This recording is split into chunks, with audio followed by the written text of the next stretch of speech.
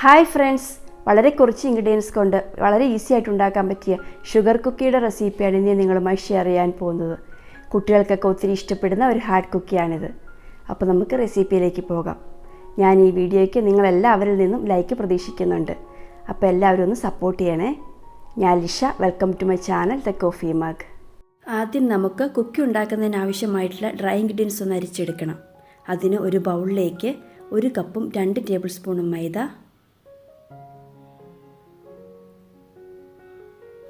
2 table spoon cornflour, 1 നുള്ള ഉപ്പ്, ഇവയെല്ലാം ഒന്ന് അരിച്ചെടുക്കാം. നമ്മളിതിലേക്ക് കോൺഫ്ലോർ ചേർക്കുന്നത് എന്തിനാണെന്ന് വെച്ചാൽ കുക്കി നല്ല ക്രിസ്പിയായി കിട്ടുന്നതിന് വേണ്ടിയും ബേക്ക് ചെയ്യുമ്പോൾ അധികം സ്പ്രെഡായി പോകാതിരിക്കാൻ വേണ്ടിയാണ് കോൺഫ്ലോർ ചേർക്കുന്നത്. ഇനി ഇവ നന്നായി ഒന്ന് മിക്സ് ചെയ്തതിന് ശേഷം മാറ്റി വയ്ക്കാം.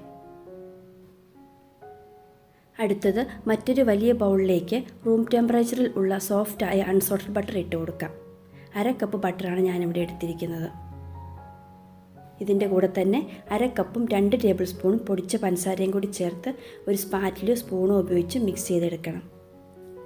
പഞ്ചസാര എടുക്കുമ്പോൾ ഒന്ന് അരിച്ചിട്ടെടുക്കണേ. നമ്മൾ കുക്കി ഉണ്ടാക്കാനായി എടുക്കുന്ന എല്ലാ ഇൻഗ്രീഡിയൻസും റൂം ടെമ്പറേച്ചറിൽ ഉള്ളതായിരിക്കണം.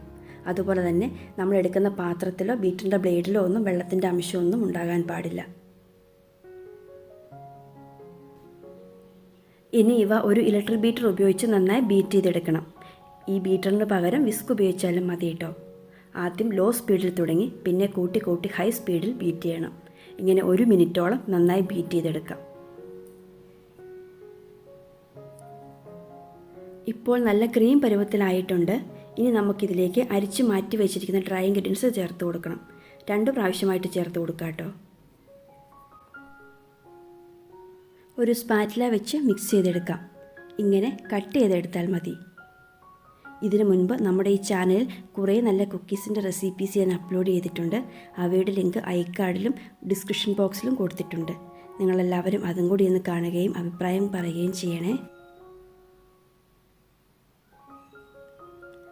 രണ്ടാമത്തെ ബാച്ച് പൊടിയും കൂടി ഇട്ട് കൊടുത്ത് മിക്സ് ചെയ്തെടുക്കാം.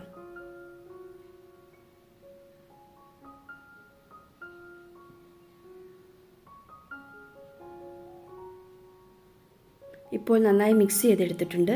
ഇനി ഇവ 1/2 മണിക്കൂർ റെസ്റ്റ് ചെയ്യാനായി മാറ്റി വയ്ക്കാം.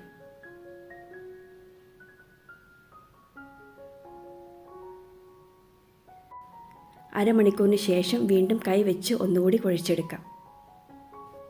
ഈ സമയം തന്നെ നമുക്ക് നമ്മുടെ ഓവൻ 165 ഡിഗ്രി സെൽഷ്യസിൽ 10 മിനിറ്റ് പ്രീഹീറ്റ് ചെയ്യാൻ വെക്കണം.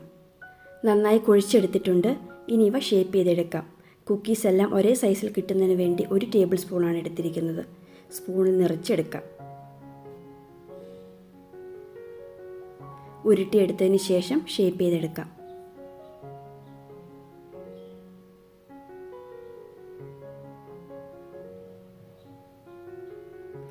ജസ്റ്റ് ഒന്ന് പ്രസ് ചെയ്ത് കൊടുക്കാം. ഈ ഒരു കനത്തിലാണ് ഞാൻ ഷേപ്പ് ചെയ്തെടുത്തിരിക്കുന്നത്. ഇത് ബട്ടർ പേപ്പർ വിരിച്ച ട്രേയിലേക്ക് വെച്ച് കൊടുക്കാം. ഇങ്ങനെ തന്നെ ബാക്കിയുള്ളവയും റെഡിയാക്കി എടുക്കാം കേട്ടോ.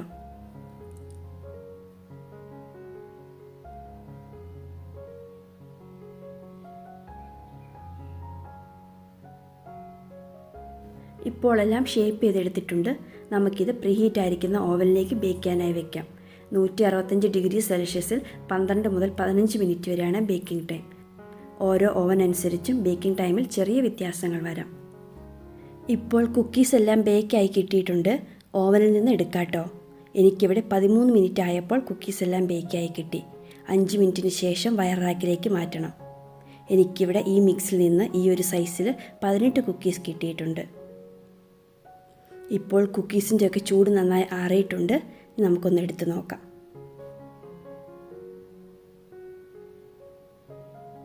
കുക്കീസ് നല്ല ക്രിസ്പി ആട്ടോ. എല്ലാം നന്നായിട്ട് കിട്ടിയിട്ടുണ്ട്.